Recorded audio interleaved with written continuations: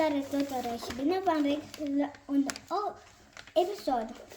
Astăzi o să desfacem un tavă squishy. Uitați aici. Așa, hai să-l tăiem.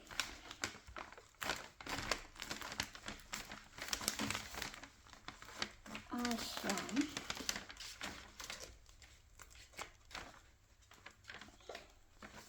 Dacă nu vedeți de mâna mea, uitați. Așa.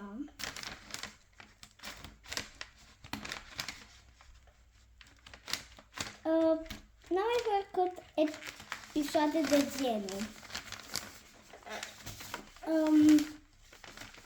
Ăsta e primul episod. Scrieți în comentarii ce culoare vreți să pun pe el.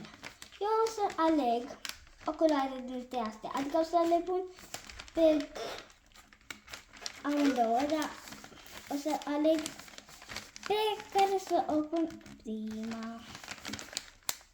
Și că desface cam greu chestiuța asta.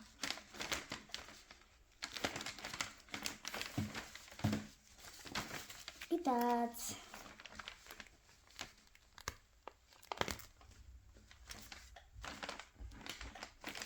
M-am tăiat bine aici. Așa.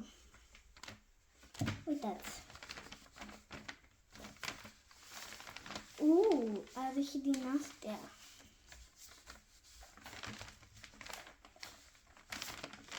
Așa. Acum o să punem puțin din asta.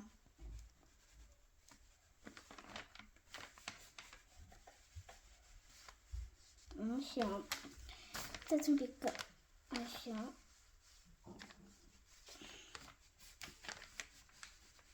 Așa.